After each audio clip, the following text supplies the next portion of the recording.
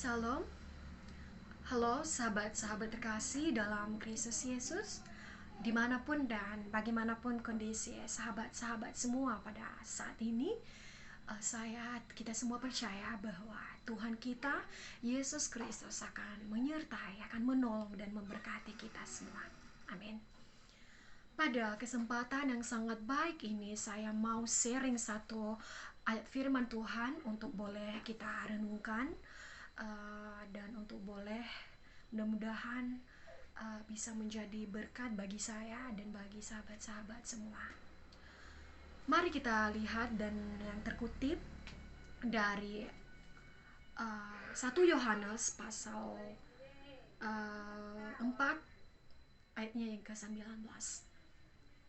Firman Tuhan berkata, kita mengasihi karena Allah lebih dulu mengasihi kita. Sekali lagi saya baca, kita mengasihi karena Allah lebih dulu mengasihi kita. Amin. Jadi saudara-saudara yang terkasih dalam Kristus Yesus, akhir-akhir ini sering sekali kita mendengar kabar peristiwa. Ada banyak kejadian akhir-akhir ini yang memilukan hati, yang menyedihkan hati kita, terlebih-lebih hati Tuhan. Dunia semakin jahat, semakin kejam. Di sini kita dengar kabar ada pembunuhan, di sini kita dengar kabar ada pemerkosaan, ada pelecehan. Di sini kita dengar kabar ada perampokan, ada pencurian. Di sini kita dengar kabar ada perkelahian. Dan banyak sekali saudara-saudari yang terkasih dalam Kristus Yesus. Banyak sekali peristiwa dan kejadian yang memilukan hati kita akhir-akhir ini. Dunia semakin jahat dan kejam. Kejahatan semakin merajalela. Dan itu kenapa bisa terjadi? Kenapa bisa terjadi pembunuhan? Kenapa bisa terjadi pelecehan, pemerkosaan? Kenapa bisa terjadi perkelahian, konflik? Kenapa bisa terjadi perampokan, penculikan?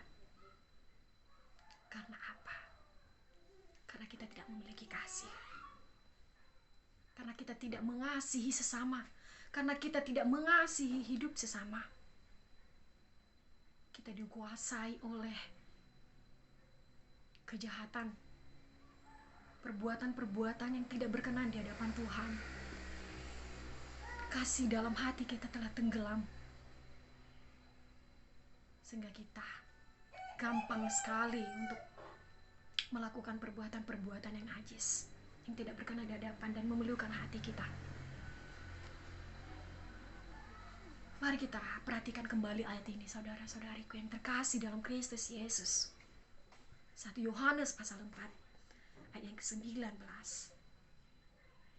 Pada satu ayat ini Tuhan berfirman dan Dia menekankan bagi saya dan kita semua alasan besar kenapa kita harus mengasihi, kenapa kita wajib mengasihi.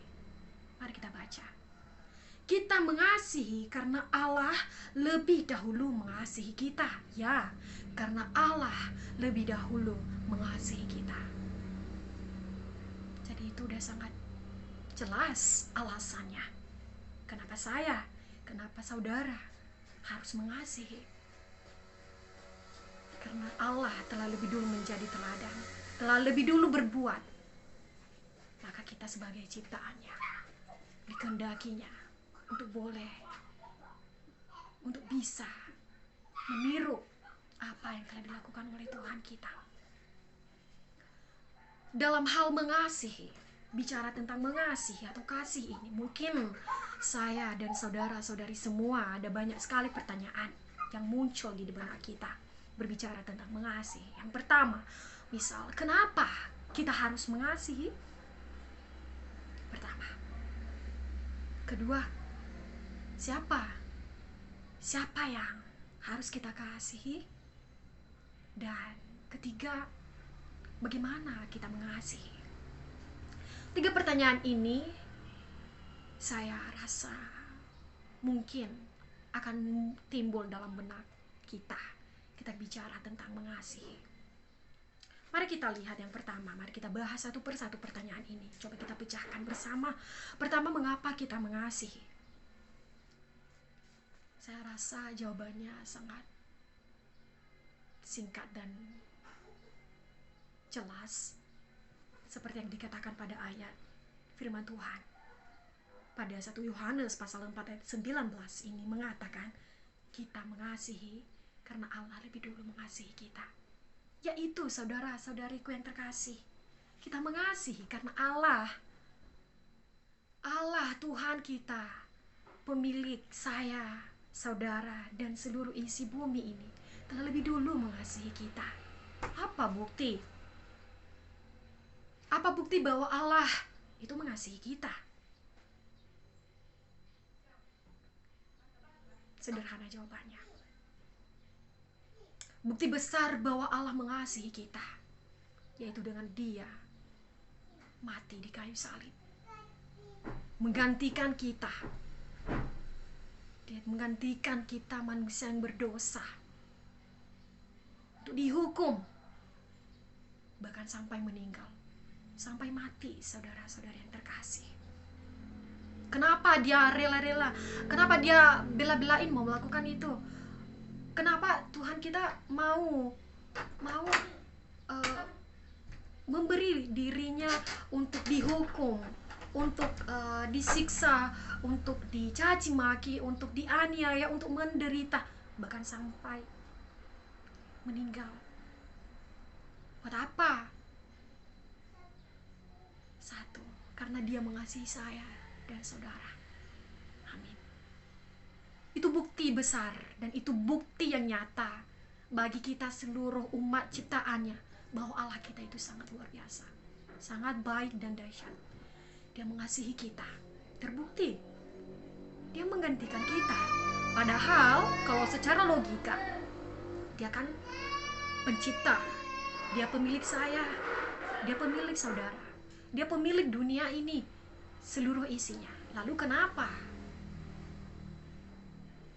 Tuhan mau memberi dirinya untuk dihukum bahkan sampai meninggal, memberi dirinya dicaci maki, dihina, dia harus menderita? Kenapa? Padahal Dia suci, Dia mulia, Dia tidak bercela, Dia tidak melakukan kesalahan, Dia tidak berdosa. Kita yang berdosa, saudara-saudariku. Harusnya kita yang menanggung, kita yang mempertanggungjawabkan, harusnya kita yang disalib. Tapi Tuhan menggantikan kita. Amin. Karena apa? Tuhan menunjukkan bagi saya dan kita semua bahwa Dia mengasihi kita, Dia mencintai kita, Dia menyayangi hidup kita. Kita adalah hasil karya tangannya. Dia mau kita selamat, Dia mau kita bertobat, Dia mau kita tidak menderita. Makanya Dia mau menggantikan kita, saudara-saudara yang terkasih, luar biasa. Jadi kita mau beralasan apa lagi? Saya tidak mau mengasihi, saya tidak mau peduli, saya tidak mau mencintai, saya tidak mau menyayangi orang lain. Saya cukup menyayangi diri saya sendiri, peduli dengan diri saya sendiri. Alasannya sudah sangat jelas. Firman Tuhan sendiri berkata, kita mengasihi karena Allah lebih dulu mengasihi kita. Bahkan yang tidak berdosa, Dia mau memikul dosa kita. Itu bukti nyata bahwa Dia mengasihi kita, Dia menebus kita. Amin, saudara-saudariku. Itu alasan pertama, itu bukti pertama kenapa kita harus mengasihi. Karena Allah kita, pencipta langit dan bumi beserta seluruh isinya, telah menjadi teladan bagi kita, telah mengasihi kita. Dan Tuhan menghendaki agar kita ciptaannya mampu untuk bisa meniru, bisa mengasihi siapa saja. Dan alasan kedua, Kenapa kita harus mengasihi? Selain daripada karena Allah lebih dulu telah mengasihi kita, maka kita dituntut Tuhan untuk bisa mengasihi. Alasan lain, apabila kita mengasihi, karena kasih itu menutupi banyak sekali dosa. Amin. Mari kita lihat di firman Tuhan 1 Petrus pasal 4 ayat yang ke-8. 1 Petrus pasal 4 ayatnya yang ke-8.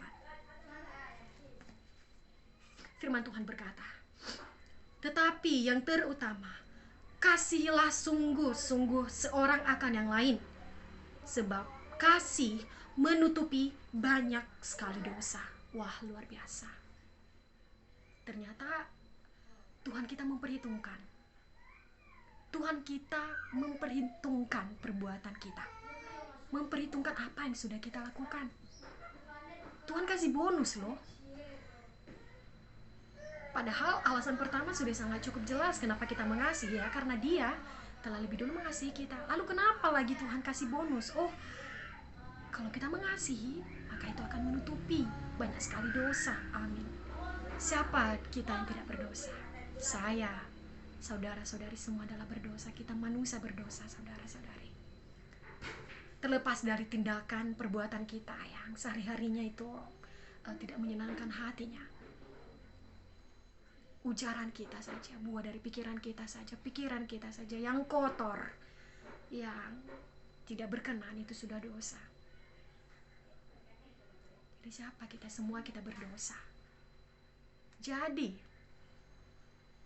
mengurangi dosa kita yang sudah kita lakukan, mari kita berbuat kasih. Mari kita mengasihi satu dengan yang lain. Karena firman Tuhan telah menjanjikan sendiri, apabila saya, saudara semua mengasihi satu dengan yang lain, maka itu akan menjauhkan Anda untuk berbuat dosa. Contoh, misalnya ada dua pribadi, ada si A dan si B. Si B ini melakukan kejahatan kepada si A. Salah satu contoh kejahatan yang dilakukan itu misalnya dia mencuri barang si A. Lalu si A mengetahui bahwa si B ini yang melakukan kejahatan itu, dia mencuri barangnya itu adalah si B. Lalu karena si A ini telah mengerti akan kasih, berserah dan berpasrah kepada Tuhan, maka ia tidak membalas. Dia harus mengaplikasikan, menerapkan kasih, mengasihi, meskipun si B ini telah berbuat kejahatan terhadap dirinya. Si A berkata, oh saya mengasihi hati si B, saya mengasihi hidup si B, saya mengasihi pribadi si B, meskipun dia telah melukai saya, melukai dan melakukan perbuatan jahat kepada saya. Coba misalnya kalau si A tidak memiliki kasih, dia menyakiti hati si B dengan memaki-maki, dengan menjelek-jelekan, dengan berkata-kata kotor dan tidak baik kepada si B, otomatis pasti si B akan sakit hati. Atau misalnya si A merencanakan kejahatan, dia mau membunuh si B atau membalas si B agar dia mati, agar dia mampus, pasti itu berarti tidak mengasihi. Tapi karena si A mengerti, paham betul bahwa biarkan saja, apa yang ditabur akan dituai. Biarkan Tuhan yang membalas. Saya hanya mau menuruti perintah Tuhan. Saya harus mengasihi dia.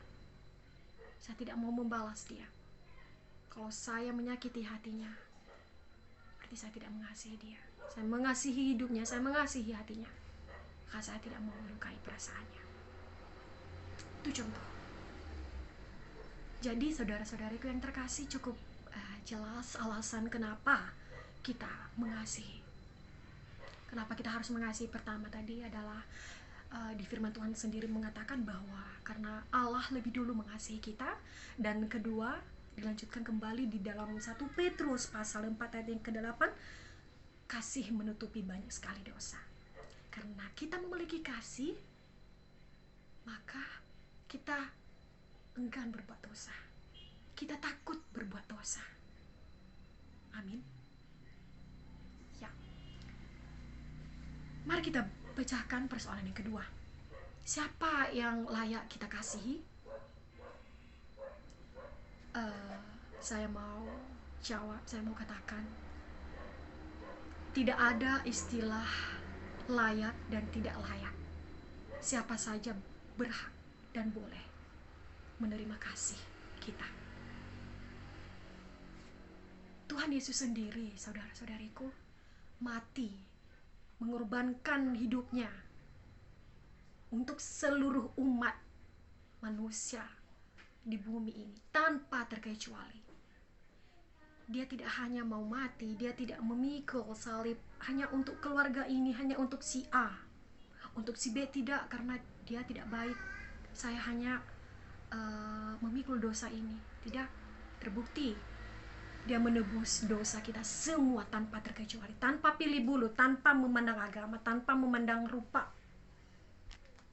Kita sama. Tuhan sendiri mampu melakukan itu tanpa memandang bulu, tanpa memandang siapa kita, tanpa memandang ras kita. Lalu siapa kita? Apakah kita lebih darinya? Mampu untuk membeda-bedakan? Kita mengasihi saudara, kita mengasihi orang tua, kita mengasihi keluarga, kita mengasihi tetangga, kita mengasihi orang-orang kita jumpai. Dan yang lebih luar biasa ketika kita mampu mengasihi musuh kita. Kita harus mampu mengasihi musuh kita. Jangan kita balas kejahatan dengan kejahatan. Firman Tuhan sendiri berkata,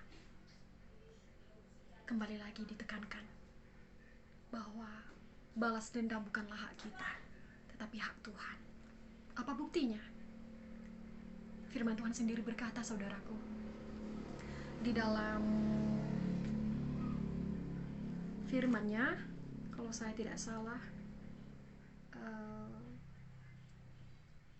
pada Matius pasalnya yang ke-5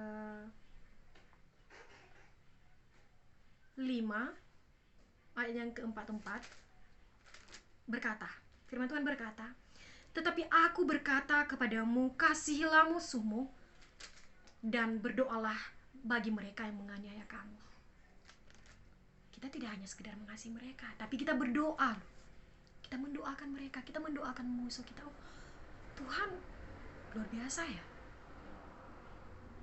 Dia mengkehendaki kita untuk mengasihi, mampu mengasihi musuh kita, bahkan mendoakan mereka. Karena kenapa?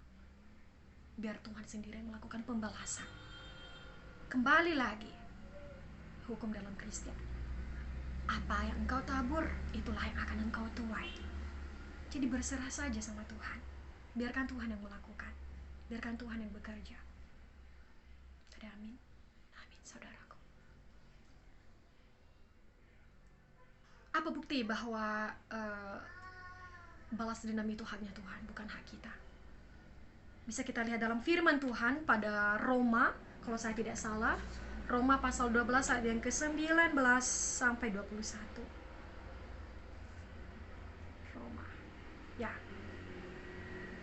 Roma pasal 19 ayat Roma pasal 12 ayat 19 sampai 21. Firman Tuhan berkata, saudara-saudaraku yang kekasih, janganlah kamu sendiri menuntut pembalasan, tetapi berilah tempat kepada murka Allah, sebab ada tertulis, pembalasan itu adalah hakku. Ku di sini adalah Allah, Tuhan. Aku layak akan menuntut pembalasan, firman Tuhan. Sudah sangat jelas. Di dalam firman yang telah tertulis, dan ini adalah firman Tuhan. Jadi, kalau selama ini kita masih mau membalas dan yang membalas kejahatan kepada musuh kita, sekarang mari kita ambil komitmen, karena kita telah mendengarkan firman Tuhan. Tuhan telah menjanjikan, anak-anakku, jangan balas kejahatan dengan kejahatan, balaslah kejahatan dengan kebaikan. Dan janganlah membalas dendam, karena balas dendam itu adalah hakku. Jadi sudah sangat jelas bahwa pembalasan itu adalah hak Tuhan. Jadi itulah pemecahan tentang pertanyaan kedua, siapa yang layak kita kasihi. Jadi sekali lagi saya ulang, tidak ada istilah yang layak dan tidak layak. Baik itu orang yang berbuat baik sama kita, atau orang yang akrab dengan kita, maupun musuh kita, maupun orang membenci kita, kita harus mampu mengasihi mereka. Tidak pilih bulu. Tuhan sendiri mampu melakukannya, ya siapa kita? Apakah kita lebih dari Tuhan? Ketiga, bagaimana kita mengasihi? Sangat sederhana sekali saudaraku. Apabila kita sudah mengerti bahwa mengasihi itu perbuatan yang sangat baik dan mulia, dan itu yang dikehendaki Allah, maka kita tahu bagaimana mengasihi. Ciri-ciri kasih itu seperti apa? Berbuat baik, melakukan perilaku-perilaku yang baik, menjauhi kejahatan, misalnya tidak merencanakan kejahatan kepada orang lain, tidak memikirkan kecelakaan buat orang lain. Malah sebaliknya, kita menolong orang lain, kita peduli dengan orang lain, kita mengasihi orang lain, kita menyayangi orang lain. Kita tidak merebut kebahagiaan mereka, kita tidak membuat mereka bersedih, namun kita berbuat baik kepada mereka. Karena dalam firman Tuhan mengatakan kasih itu murah hati.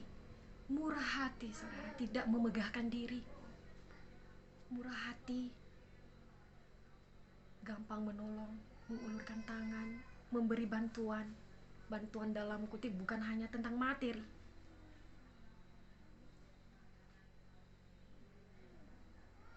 Apa saja yang mampu kita berikan, yang bermanfaat untuk orang lain, yang boleh menjadikan kebaikan untuk orang lain, maka kita lakukan. Itu bukti bahwa berarti kita mengasihi, kita menyayangi, kita tidak merusak, kita tidak mencelakakan mereka. Itu udah mengasihi. Dengan kita tidak mencelakakan mereka, dengan kita tidak merencanakan kejahatan bagi mereka, maka kita udah mengasihi mereka. Tidak hanya itu,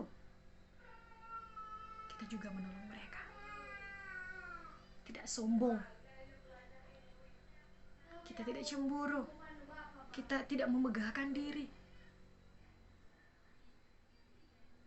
Namun apa? Kita bermurah hati, kita mengasihi mereka, kita menolong orang-orang lemah. Semampu kita, mari kita lakukan. Karena apa? Ketika kita sudah melakukan kebaikan, ketika kita berbuat hal-hal yang menyenangkan hati Tuhan, oh saudara, Tuhan memperhitungkannya. Tidak berlalu begitu saja. Dan ingat, kita ingat bersama bahwa kiranya kasih itu tidak berpura-pura. Karena Allah Maha melihat hati. Jadi, mari kita berbuat baik kepada siapa saja, kita mengasihi siapa saja, menyayangi siapa saja. Kita jangan mencelakakan mereka, kita jangan melukai hati mereka, kita jangan mendukakan hati mereka, membuat mereka bersedih. Maka Tuhan akan memperhitungkannya. Firman Tuhan sendiri menjanjikan itu. Ada amin? Amin, saudaraku, saudara yang terkasih. Jadi ketiga pertanyaan ini seputaran tentang mengasihi. Mudah-mudahan boleh menjadi renungan baru bagi kita. Pertama tadi, mengapa kita harus mengasihi? Ya karena Allah lebih dulu mengasihi kita. Dan apabila kita mengasihi, maka kasih itu menutupi banyak sekali dosa. Luar biasa. Kedua, siapa saja yang kita kasihi? Tidak ada yang istilah ada yang layak dan tidak layak, semua sama. Siapa saja, bahkan musuh kita sekalipun harus kita kasihi. Firman Tuhan mengatakan, menganjurkan kita untuk mengasihi, bahkan mendoakan musuh kita, mendoakan orang yang menganiaya kita. Tidak merasa kita balas. Firman Tuhan sendiri tadi mengatakan di Roma pasal 12 bahwa pembalasan itu haknya, bukan hak kita. Kalau Tuhan yang bekerja, kalau Tuhan yang bertindak, saya tidak bisa berkata-kata apa lagi. Dan ketiga, bagaimana kita mengasihi. Kita mengasihi, cara kita mengasihi itu berbuat baik, menolong siapa saja. Jangankan dulu orang luar, orang yang belum pernah kita temui. Jangankan dulu seluruh makhluk atau manusia di seluruh dunia ini yang masih belum kita temui. Setidaknya orang tua, saudara-saudari, sahabat-sahabat kita, tetangga kita, bahkan orang-orang yang kita jumpai setiap hari. Mari kita tebarkan kasih, mari kita mengasihi mereka semampu dan sebisa kita, dan jangan berpura-pura. Amin. Amin. Baik saudara-saudaraku, sahabat-sahabat yang terkasih dalam Kristus Yesus, sekian saja yang boleh saya sharingkan untuk kita semua. Semoga boleh menjadi renungan bagi saya dan kita semua, dan bisa menjadi berkat bagi kita semua. Biarlah Tuhan turut bekerja di hati saya dan di hati sahabat semua yang akan menambahkan pemahaman yang lebih mendalam mengenai kebenaran-kebenaran firman-Nya. Amin. Baik, terima kasih ya. Terima kasih. Saya Eda Darmawati Halawa. Saya pamit undur diri. Shalom.